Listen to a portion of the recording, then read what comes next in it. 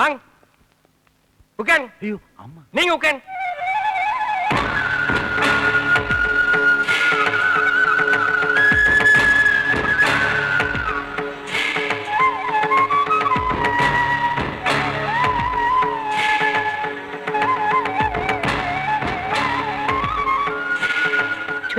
hours பிஸியா இருக்கறாள நான் இப்பதான் பாக்குறேன். எஸ்ங்க.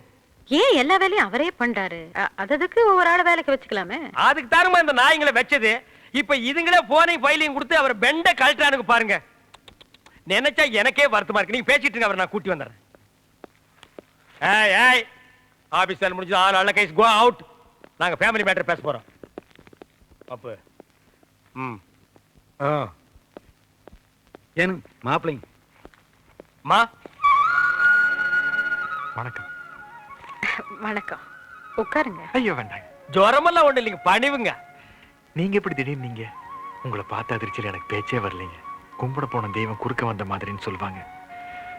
ஆனா நான் கும்பிட்டு வந்த தெய்வமே இங்க நேர்ல வந்த மாதிரி இருக்குது. என்ன சொல்றீங்க? நான் வழக்கமா கும்பிடுறது மதுரை மீனாட்சியையும் காஞ்சி காமாட்சியையும் தான். அந்த மீனாட்சியே நேர்ல வந்த மாதிரி அந்த பச்சை பட்டு, நெத்தியில குங்குமம், கலையான அந்த முகம், இதையெல்லாம் பார்க்கும்போது மதுரை மீனாட்சியே நேர்ல வந்த மாதிரி இருக்குது. ஐயா அதெல்லாம் ஒண்ணும் இல்ல. இன்னைக்கு நான் ரொம்ப சிம்பிளா வந்திருக்கேன். ஐயோடா, இது சிம்பிளுங்களாமா? இதுலயே நீங்க தெய்வ கடாட்சமா தெரியுறீங்கம்மா. பச்சை புடவைய பார்த்த உடனே மதுரை மீனாட்சின்ட்டு ஓகே. காஞ்சி காமாட்சின்னு எதுக்கு சொன்ன?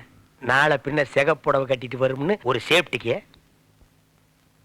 அடங்கப்பா, இது உலக நடிப்புடா சாமி.